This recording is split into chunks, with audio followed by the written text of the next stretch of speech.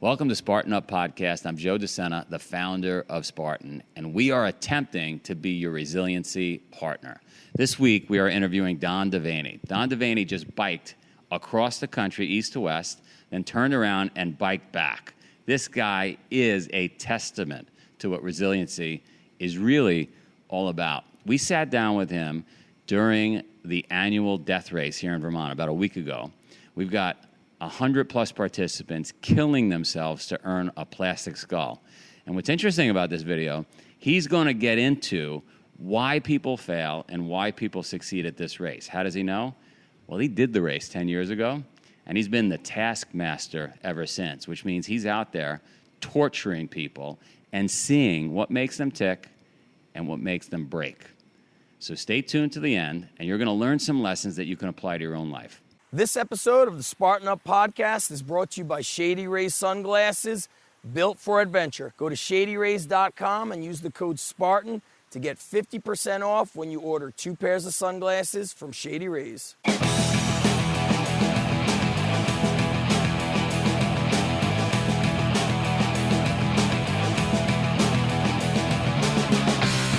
All right, we are here for Spartan Up Podcast, and I've got the Taskmaster with me, a.k.a. Don Devany. That's right. His first name is Taskmaster. That's Mom. Mom said that same exact thing. Did she? So, yeah. So this lunatic just rolled up on 2 wheels, biked across the country to and from the West Coast, shows up here the day before the death race is about to start. For those of you that don't know it, death race takes place in Pittsfield, Vermont, on this idyllic farm. You have no idea.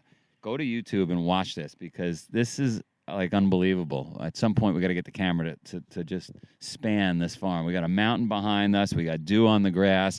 We've got like ravens and crows squawking because they know the death race is coming. Right? It's coming. Like if this was yesterday and the death race wasn't here, you'd see like bluebirds and cardinals. That's right. It would be bucolic. It'd be Exactly. Now, death race comes, the ravens show up, the vultures. So anyway, Don and I know each other. wolves. We know each other about a decade. Yeah. And we met each other through death race. Yeah. I met a lot of great friends through death race. Don showed up. He was basically a little bunny rabbit, wet behind the ears. And I kicked his Yeah, I mean, you I did. destroyed him. Yeah, If you you got to did. bleep that out, do it, Marion. But death race turned you into the man you always wanted to be. Basically, Correct. that bricklaying, cement mixing animal, the kind of guy that would bike across the country and back with 1 Cliff Bar, and you did it. I still have half of the Cliff Bar. I still have half because I've got a little bit more to go. I got to be honest. I expected you rail thin. You're not that. I mean, you're thinner than you were, but you're not like 190 pounds. I'm 205. 205. Okay. Which is incredible. What'd you leave at? 260. All right. 55 So, pounds. yeah. All right. Yeah.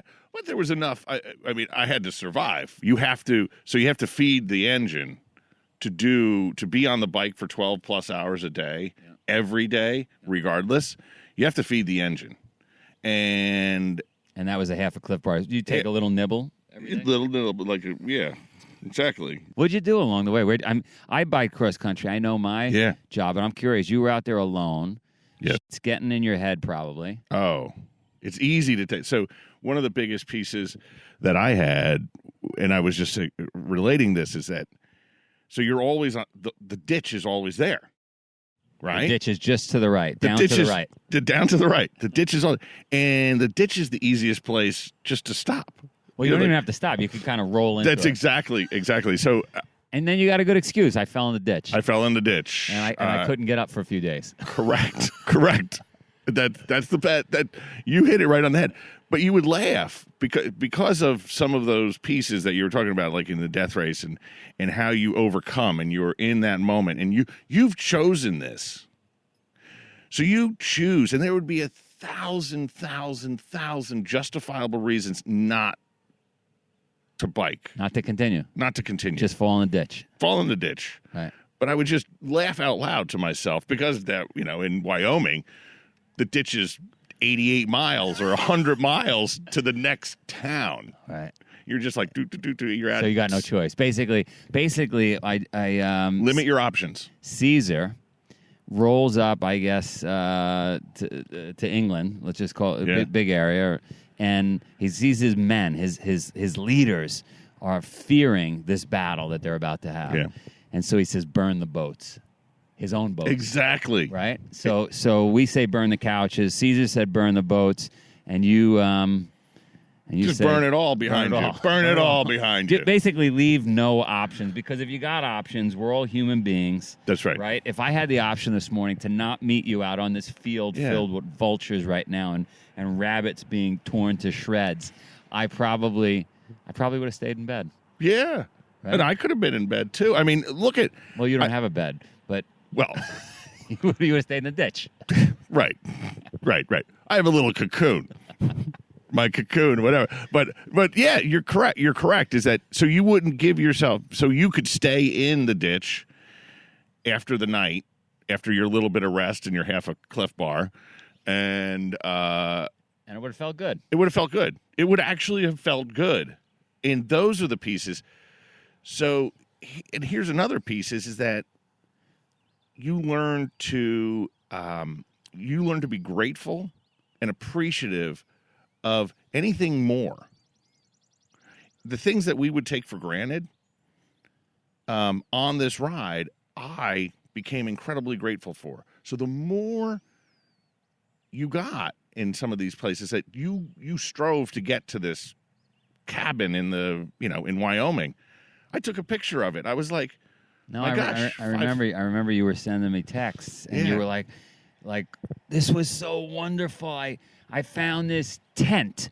Yes. No, because what I like to say, tell me if I think this is what you're saying. Maslow's got this hierarchy of needs, and at the bottom of the pyramid, beyond the bottom of that hierarchy, is basically just basic needs: water, food, Correct. and shelter. And we all work our way through life up the pyramid. Correct.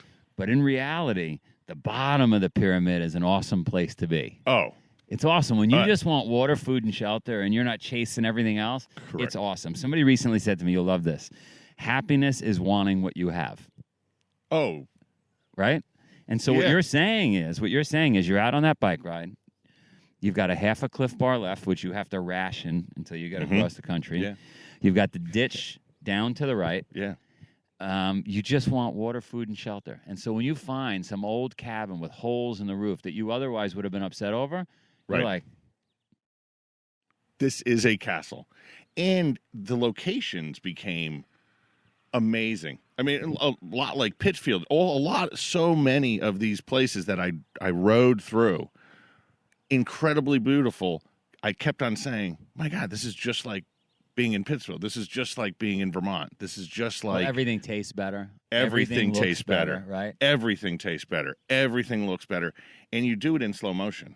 And you do it in slow motion. Right, so you get to really see the country. Somebody flying over the country or driving through it doesn't feel and taste. You tasted the country. In more ways than one.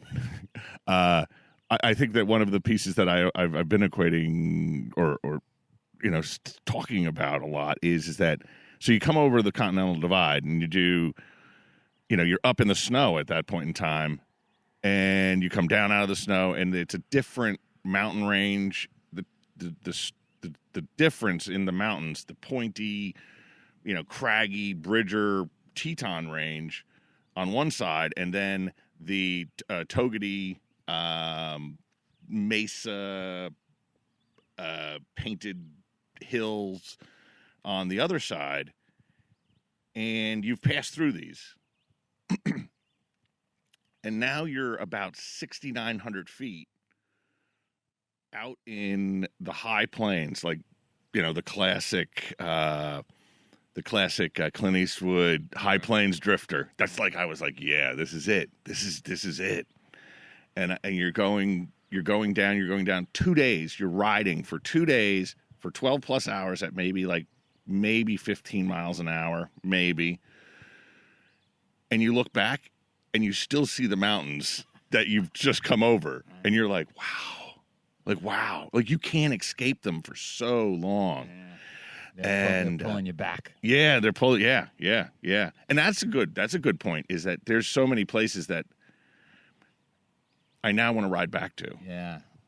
Yeah. Well, you feel that right now. When you get back on the saddle, you might not. Oh my. Oh my. But so you got involved in death race. Yeah. We needed a helping hand one year. That's correct. You jumped in, and I remember we've got footage. Maybe Marion could show. But you got into the river. It was the middle of winter. It was winter death race. That's correct. And we had an 1,800-pound steel I-beam that had washed away during the hurricane and was lodged into the silt in the side of the river. And there was no way we were getting this out without a 50,000-pound excavator. Impossible. But because I'm a lunatic and I wanted to just drive our participants crazy, I said, we are not moving forward until this I-beam is out of the water. That's right. Onto the snowbank. That's correct. But there was no way anybody was going to do it, right? Well, you had jeans on, you had work boots on. You and I hadn't prepped any of that. No. You had no idea this was coming. no, not at all. And you climbed into the river, didn't even flinch, and stood in the waist-deep water as it was rushing by you for, I don't know, 10 hours. It was a long time. Yeah. Oh, for sure. Peter finally was like, okay, it's time when I was basically like blabbling and Well, you were blue. blue. Yeah, I was definitely blue. I was definitely blue. But these lunatics pulled the I-beam out of the water. We got it out. I think that's a piece also is that you move forward regardless. There is no stopping is death. It's like this is the mission that we're on. This is what we're doing today. And I think that if people just get that a little bit more in life, it's like this is what we're doing today. I don't know if people would really understand it if you didn't come from a background of construction. That's like I don't know if I'm over-indexing on construction, but I grew up around a lot of bricklayers and guys that poured cement for a living and hung sheetrock and framed. And the attitude, certainly in the neighborhood I was in, I think where you came from, it was like hammers were flying through the air to hit you in the head if you weren't moving at a pace because we were going to lose money, right? Yeah. That cement truck was coming at 8 a.m., and everything better be ready, and they're pouring 16 yards of cement at a time. Period. You had no option. You're going under the cement. There goes back to the no option. You just had no option. You had to prep. You had to make sure. We worked for my brother and I one summer. As I think it was my high school graduation summer, and he was like 2 years younger than I am, and we worked for 5 Italian brothers, PAB Masonry, stone and block and brick and cement. That's all we did. We would get there first. So these are 5 Italian brothers, and all they did was lay. They were the masons. We were the tenders. And their expectation was you get there first, you get all the staging stocked, you get the mud made, you get that put in, and then they'll show up. They'd show up about an hour later, and that was basically like this time, like 6 o'clock. So you've been there regardless of whatever you did the night before. You better be there. Because when these guys show up, hammers are going to be flying. If you don't have anything ready. That's correct. And then you'd work basically to sundown. You're pouring sweat. Working. They're screaming in Italian at you. The best. I tell it because that's 30 some years ago. I tell it almost 40 years ago now, because it was the best times of our lives. And I went to school after that with like money in my pocket. Like I was the guy. Yeah, I told my kid yesterday, I said, listen, most kids are talking about getting the money or getting the scholarship to go to college. You should be thinking about how to make enough money to buy the college. Yeah. Yes. Before you go to college. That's right. Because those years, I said to Charlie, our youngest boy, I said, the years between now and college, I'm paying the bills. So pocket the money, you knucklehead. Right? So he got his first. He says to me 3 days ago. He says, "I want a lawnmower. I want to go make money." So we go to Home Depot, and they got the rider mowers outside. They're $2,700, $3,200. Beautiful rider mowers. Yeah. They're polished. He's looking at them, and I said, "No. We're going inside. We go inside. Now he's looking at the push mowers and the Honda engines. And I said, no. We're going further inside. Yes. And there's one mower without an engine. And so we buy it. It's $90. We bring it home, and him and I, it's got 5 bolts, and we put the thing together.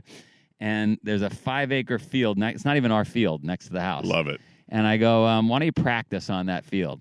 That's a good idea. 4 hours he's out there in the sun. He's sweating. I kid you not. I'm inside doing emails. He walks in 4 hours later. There's a fan next to me. He hits the ground and falls asleep on the wood floor. And I thought, that kid just learned life. That was it. Period. Right? And how many kids ever get to do that? Not a lot. Why don't we go wake him up? Why don't we do some extreme parenting right now? Wake him up, right? Get him his we'll polish the lawnmower with him, and then we'll come back for the second half of this. Sounds good. Let's do it. Sounds good.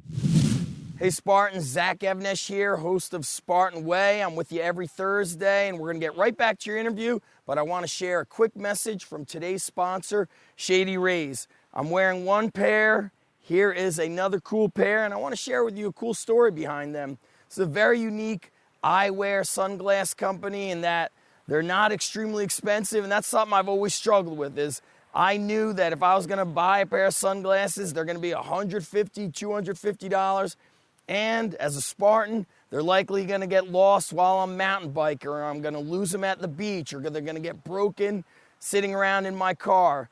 Their sunglasses are not going to break the bank, and they've got a great special offer for us here at Spartan where you could essentially get 2 for the price of 1. So use the code SPARTAN at checkout, and you're going to get 50% off when you order 2. So you can get one for yourself, gift somebody else the other one. And the other cool thing about Shady Rays is that with every order placed, they get 10 meals to fight hunger in America. Go to ShadyRays.com, pick out a pair for yourself, gift somebody else, and you'll have a pair of sunglasses that won't break the bank. ShadyRays.com. Hell of a lawnmower, huh? He did a great job. Yeah. Yeah. I thought that in teaching him how to sharpen the blades. Exactly. That's you got to maintain. It's like your body. You got to maintain Your it. machine. You're the machine. I had gone through that whole thing with him the day after he bought it. Mm-hmm. You got to take care of this thing. This costs $90. This is your tool to make money. I come in the next day. I kid you not. The lawnmower's in the kitchen. I'm like, Charlie, what the fuck? Why? I got to take care of it. I said, it could be put in the garage. So you got we're eating salad with grass clippings. That's not a bad thing. Not a bad thing. That's not a bad thing. I would have that every once in a while with a piece of my Cliff Bar. It makes the Cliff Bar go longer. That's right. It's called ditchweed salad. There you go. Yeah. All right. So let's talk lessons that people can apply to their lives from a decade of being the taskmaster at Death Race. Like why do people fail? Preconceived. They've already come into a situation with a bunch of what they believe are valid excuses. They've already said, okay, if Joe makes me do 3,000 burpees, I can't do that because 1,000. There's 1,000 reasons why I've you only can't ever do. done 500. How could I possibly do 3,000? Correct. Right? Correct. There's no possible as opposed way. To, so Henry Ford, right? Whether you think you can or you think you can't, you'll be right. So you're saying the problem, the reason most people fail in a decade of watching these death racers, which really is emulating life. Absolutely. They already, consciously or subconsciously, said in their own mind, if this happens, I'm out. Correct. Yeah, they've played it through. So you make a great point about like Olympic athletes and just top performers in life that they've played through. They've looked forward and they've gone all the way through, and they know what the pain is going to be. They've simulated it in their mind where they pushed through it. Where most before of it these, actually was done. Correct. Before you even. So in your mind, before you biked across the country or back, or did the death race, or started a business, or had children, whatever it is, in your mind, you tried to visualize Correct. all the obstacles you're going to face. Correct. And literally pulverize them in your mind. Yeah. Which is the easiest way to tackle them. That's right. That's right. Is that you put, well, I give you, is like out on the road, is I've got to get to water. So this is the most basic, human need. I'm taking off from Del Rio, Texas, on the Texas-Mexican border, and it says no services 88 miles. For most people, that's a reason to turn around. Like, okay, I'm not doing this. To me, that became the challenge because I knew, and there is no water. For 88 miles. For 88 miles. Nothing. You're not going to, you're not even going, I had a filter, but the filter, what are you going to do, eat the filter? Right. All right, there's no water. But there's no water. Right. So you're not going to run across a lizard where you could kill it and maybe drink the blood. You're not moving that fast.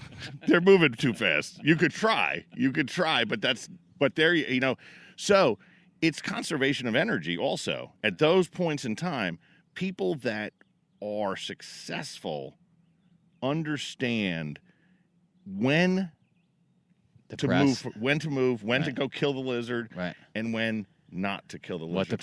What to prioritize. Correct. Yeah, I like that. Correct. I like that. So the funny thing is, right, you're listening to this and you're hearing, oh my God, Don went out there, no services, 88 miles, limited supplies. But the reality is, compared to 200 years earlier, you were in a Park Avenue apartment at that moment in time.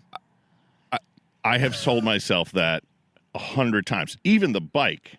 So if I were to have gotten a 1950 Schwinn and a fixie with maybe 2 gears, no, just one gear, that's it. That would be incredible. Right. Well, what I did was 21 gears and 21 blah, gears. blah. I mean, again, our ancestors, right? Horse and carriage. We're going west. Grandma dies. Wife gives birth. Baby may or may not make it. Correct. 88 miles, but are you kidding me? That's unbelievable. Their services in 88 miles. We haven't seen anything for 880 miles. Right. That's exactly right. That's exactly. So it's really it's perspective. It's perspective. It's framing a reference. Yeah. So you know what? There's another piece that's in within the successful death racers and the people that are successful in life. Yep. That they've put themselves in situations that frame reference, so they understand what's possible. What's going to happen? What's the pitfalls? Something to compare it against. Something to compare it against. Right? Like, all right, this bike sucks. I got 88 miles to go. But last week on that horse and carriage when Grandma died, that was a hell of a lot worse. That was worse. I had to dig I had to bury Grandma. I had to go collect stones. Exactly. And I mean, those are things that are. So we need to do hard things. Absolutely. At a young age, hopefully. Yes. Right? Yes. So that we could compare our current situation, like Wi-Fi not working on the airplane. Can you imagine? Disaster. I'm down to one electronic piece because the weather conditions coming back to get here, we're biblical floods. I found that the panniers on the back of the bike actually float. Which is really good because if they didn't, they would have dragged me into the Missouri River. I love it. But that's what you learn. How did you fight off the locusts? Oh, well, you ate it. So again, right, food, protein, love it. Everything. I love it. It got so bad in Nebraska, in western Nebraska and eastern Wyoming. On the trails, because I was basically taking trails, I would pick up half bottles of water that people had just ditched or thrown away. It's water. Water. It's water. Water's water. And I was like, if they didn't have a color in them, I drank them. Yeah. Even if I had full bottles of water, I was like, I'm passing by this. And I just need to keep on replenishing. Well, that's funny, right? Because again, let's talk about that for a second. Frame of reference. So some people are listening to this and say, "Oh my God, Don, that is disgusting. You would drink a half-used bottle of Poland Springs on the side of the road, right?" Mm-hmm. However, compare the alternative of being really thirsty and seeing a somewhat murky puddle. Right.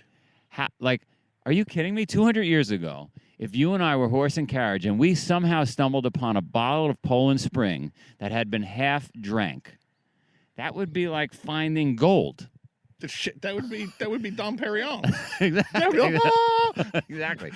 So number one reason to fail in life, death race, etc., is not playing through the obstacles in your mind in advance and Correct. burning them. Correct. Right. So having stumbling blocks in your mind so that when you actually hit them, the white flag goes up and you're done. Make sure you've burned all the obstacles. Right. Kind of like Caesar burned the boats. Yes. Right. 2, create a frame of reference. Oh, absolutely. Do something hard in life. For you, it might be, for you listening, it might be take a cold shower.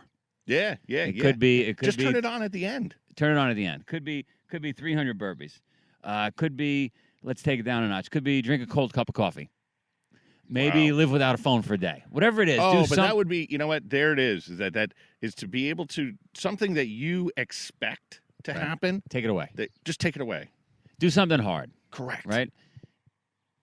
I like that. And so if you do that, now you've got something to compare your current obstacle against. Absolutely. Right? Yeah. Frame of reference. Frame of reference. And then 3, what did we say for 3? Well, it is to reduce your options. Reduce the options. Reduce your options. I think that's one of the biggest pieces. Is the successful death racer doesn't focus or utilize the past. Don't have a plan B. Don't have a plan B. I didn't give myself options. Options. You had no money in your pocket. There were times I gave so I signed everything I had over to my daughter purposely. Right. She's the first signer. I have to ask. I have to get in touch with her. I call you. You do not take my call. That is correct. If I beg for money, you hang up on me. That's correct. If I say send me an airline ticket, you don't respond. Were you on the call? I know the deal. That's exactly. I know the deal. Yeah. Because that's what I did, and I would get to places. So there were. When we start the kids' death race today, I want you to explain that to them. Yeah. There's no calling mommy. For sure. Mommy's going to hang up on you. For sure. Right. Yeah. And you know what? I think we need more of that. Yeah. I think we need more of that. In today's, because we've created this safety net. Yeah. The bubble. And I thought, well, I have a safety net, and really at the end conclusion, because you are going out there and you're not with grandma on the chuck wagon going into the Oklahoma territory, you do in some ways, but you have to want to get as close as you can to that. And I think that's you got to get to the edge. I got to get to the edge. And what I found are once you're at the edge, there's a whole bunch of people out there further. Yeah.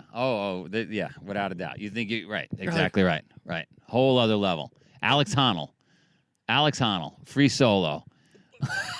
That's right. But he had that's exactly what he did, is what we're talking about, right? Yeah. He gave himself no alternatives. 100%. What's your next move? Right. You got to make a move. There is a piece. So in that is that, so not focusing on the past, what happened to me in the past, not utilizing those as excuses. Oh, my parents did this. My parents didn't do this. My boss did this. Whatever.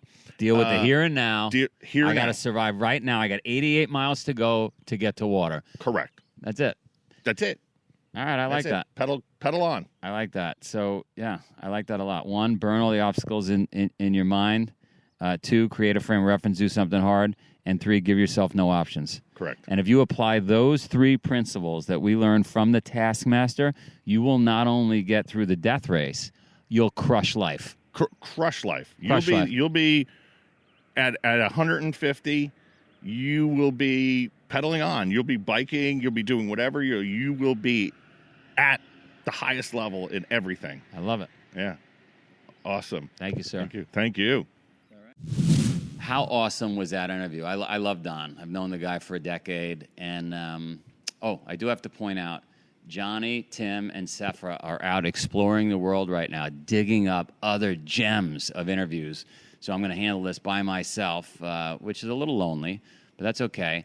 I really enjoyed reviewing this tape because it hit home for me some big points, right? Things I could apply to my own life. Number one, here's a guy, he goes across the U.S. on a bike, hard to do, then turns around and comes back, lands here at the death race right on time, also very hard to do. How did he do it? He says he puts himself in a situation where he's got no plan B, right? He tells his daughter, you're in charge of my money. If I call you and ask you for anything, hang up on me. And you've seen that in movies, you've watched documentaries, you've read books where some folks have done that. I've done that to people actually here on the farm because we are our own worst enemy. If we've got a plan B, if we've got an escape hatch, a way to jump out of the plane, we're probably going to do it. Look, Caesar in the ancient world, what does he do? Burn the boats. So I love when Don talks about this idea that he sees the sign, 88 miles to go across the desert, and I'm sure he sits there and he thinks twice, like we all do, and he's debating it, but then he realizes, you know what, let me just get going. If I get going, I have no choice. And I've done that 1,000 times in my life. But it was nice to get that refresher course. Number two, here's a guy, you don't know this from the interview, but here's a guy who's had tremendous, like all of us, peaks and valleys. And if you were sitting here with me, 2 years ago at Don, you'd say there's no way this guy's going to bike across the country.